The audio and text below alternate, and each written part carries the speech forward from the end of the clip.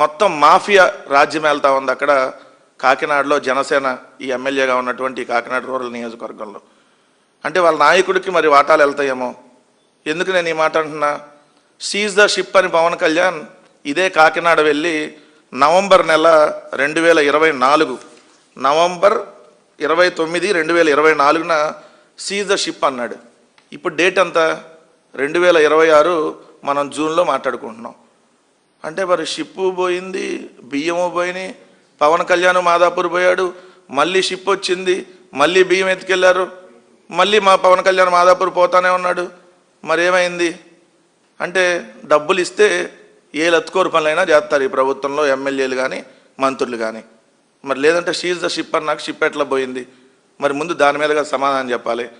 అయినా ఎవరికైనా ఒక సొంత నియోజకవర్గం ఉంటుంది, మీకు సొంత నియోజకవర్గాలు లేవు. మరి పవన్ కళ్యాణ్ సొంత నియోజకవర్గం ఉంటే నరసాపురంలో పోటీ చేయాలి కదా. ఎందుకు మరి నరసాపురంలో పోటీ చేయకుండా కాపు సామాజిక వర్గం ఎక్కువ ఉన్న దగ్గర భీమవరమో, గాజువాకో, లేదంటే పిఠాపురమో ఇవన్నీ ఎందుకు సెలెక్ట్ చేసుకున్నాడు? మరి ఇప్పటికైనా నరసాపురంలో వచ్చే ఎన్నికల్లో పోటీ చేసే ధైర్యం అన్నా చేయగలుగుతాడా మీ ఉప ముఖ్యమంత్రి?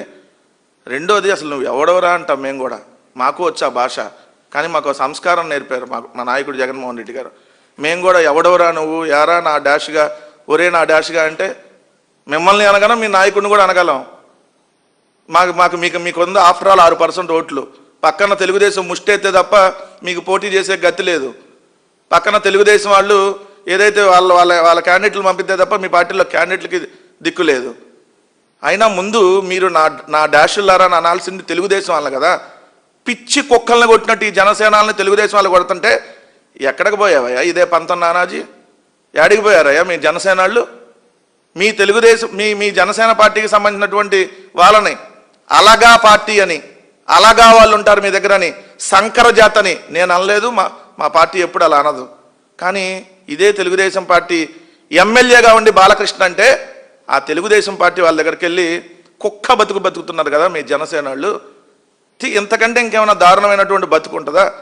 వాళ్ళు కొట్టినా కొట్టించుకోండి, తన్నినా తన్నించుకోండి, 15 ఏళ్ళు మాత్రం వాళ్ళ బూట్లు ఏదైతే పాలిష్ చేద్దాం అంటున్నాడు కదా మీ నాయకుడు. మీరా మా గురించి విమర్శలు చేసేది? సంస్కారం ఉండాలి. మనం రాజకీయాల్లో ఉన్నాం, రాజకీయాల్లో ఉన్నప్పుడు భాష ఇచ్చిపుచ్చుకోవాలి.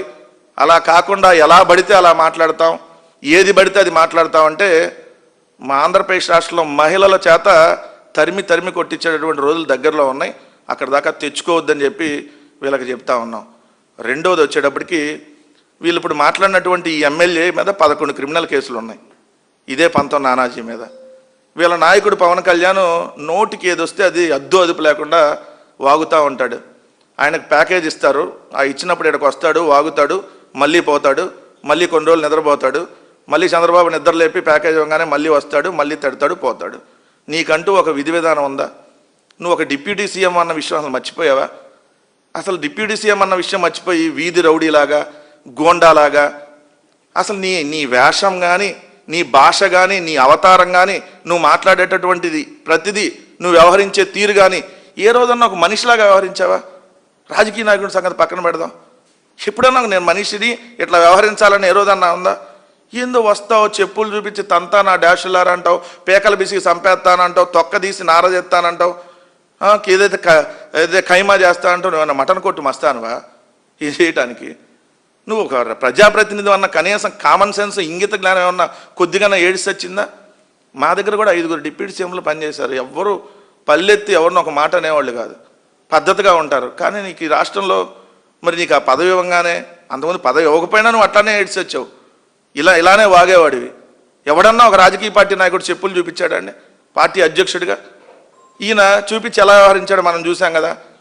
అదేమంటే క్రిమినల్స్ని తోలు తీస్తానంటాడు.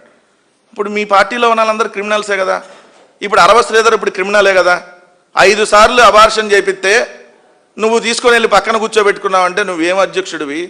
ఇంకోటేమో దొండకాయో బెండకాయో ఉంటాడు ఆ తిరుపతిలో కామకిరణ్ అని, వాళ్ళ కామ నైఫ్ వైఫ్ కైఫ్ మొత్తం చూసాం కదా వ్యవహారం. వాళ్ళందరినీ పార్టీ అధికార ప్రతినిధులు. సిగ్గుండాలి ఇంకా. నువ్వు పార్టీ నడుపుతున్నావా, ఇంకేదన్నా నడుపుతున్నావా?